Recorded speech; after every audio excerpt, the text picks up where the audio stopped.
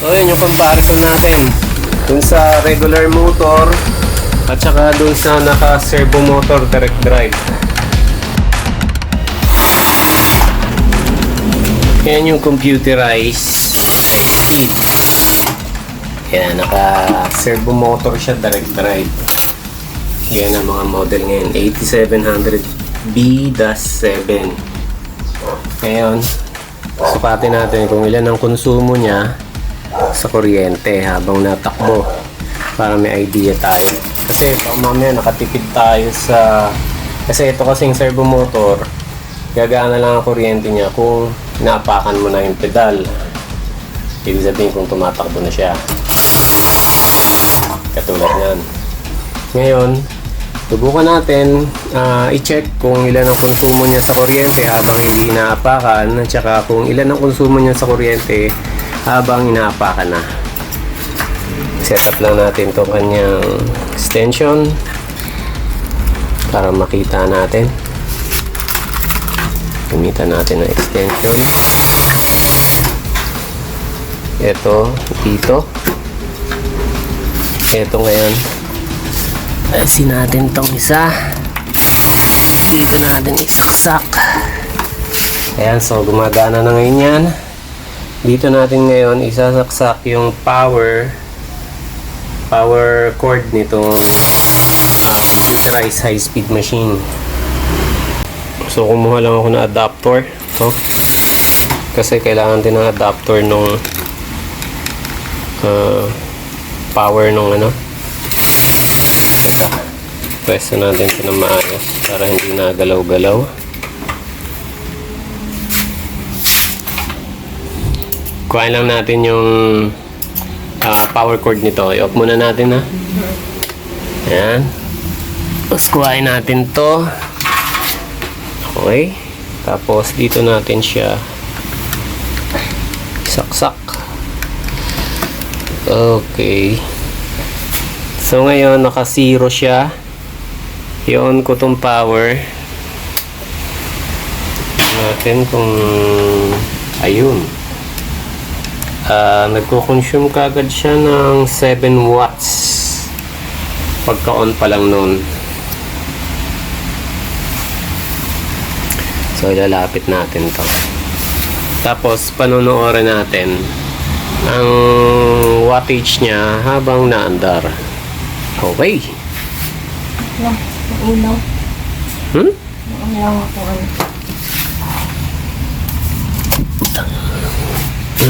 Ayan. Okay. So 7 watts siya. 7 watts.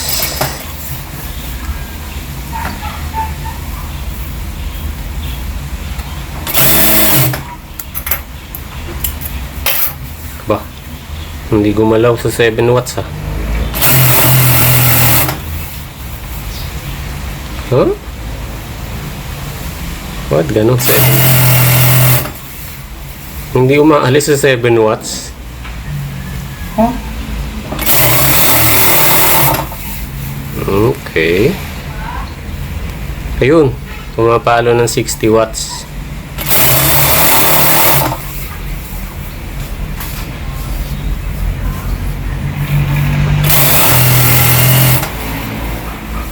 Seven watts.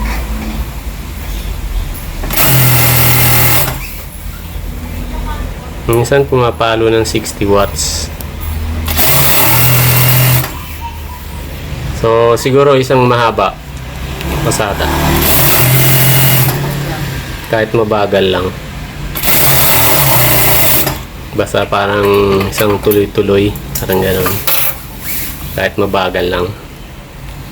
Tingnan natin yung ano niya, konsumo niya. Ayan, ginagamitan natin ng ano, watt meter para malaman natin yung actual consumption niya habang ginagamit.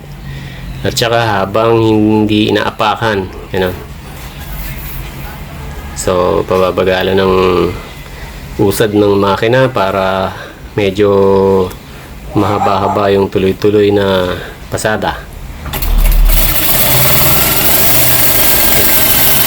59, 69. Yan o. Sa pang mabagal.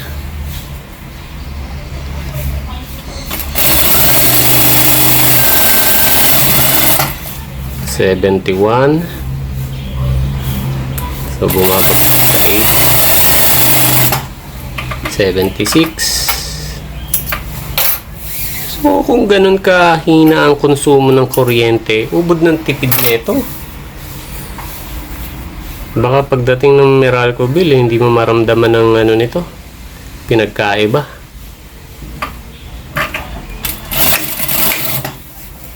Yan, nagbabaking pa.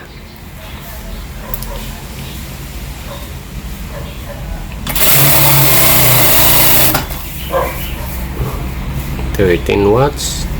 Wala, yun lang ang pinakamataas na nare-rehistro. Nasa 80 plus.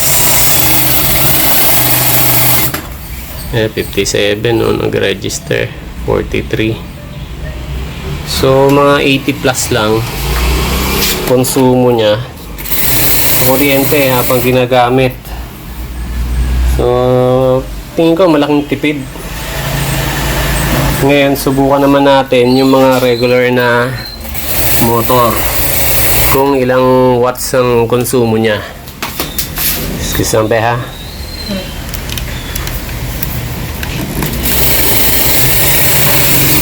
Ako muna.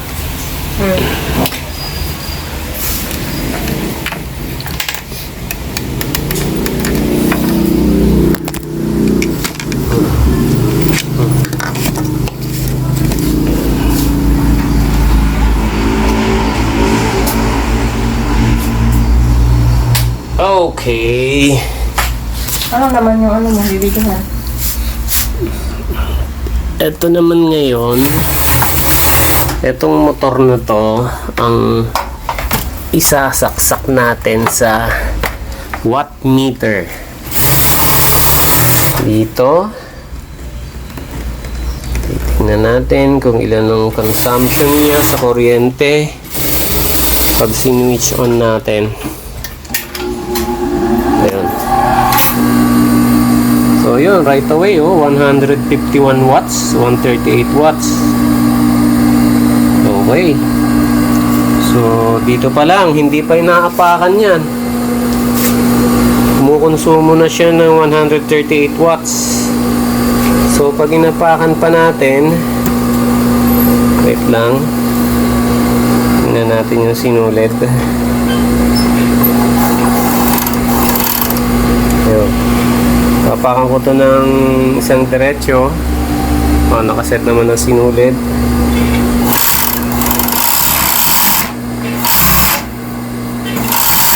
Mapalo na 187.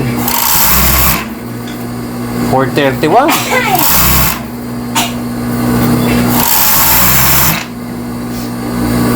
187.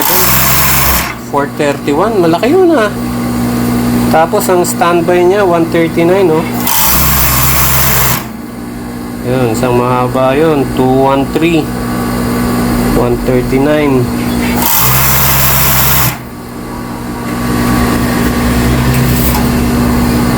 Hindi na nag-register yung malaki.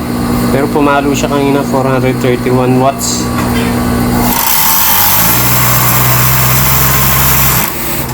Yun, mahaba-haba yun. So 139 ang ano niya, ang huling rehistro niya, isang mahaba pa.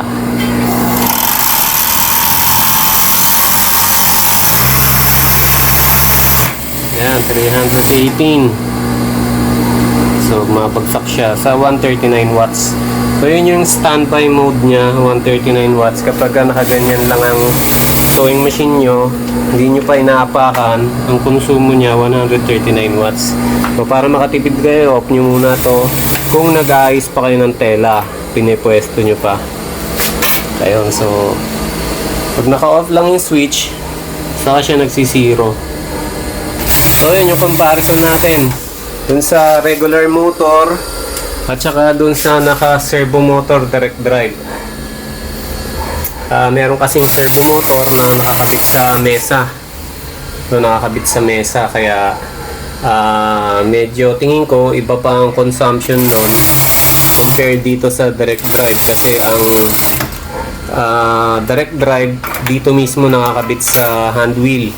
Wala na siyang belt na pinaandar. Yung nakakabit kasi sa mesa na servo motor, meron pang ano yun, meron pa yung belt na ginagamit para umandar yung hand wheel. Nakakonect yung hand wheel dun sa pulley ng servo motor sa pamamagitan ng belt. So yun po ang comparison ng servo motor at regular clutch motor.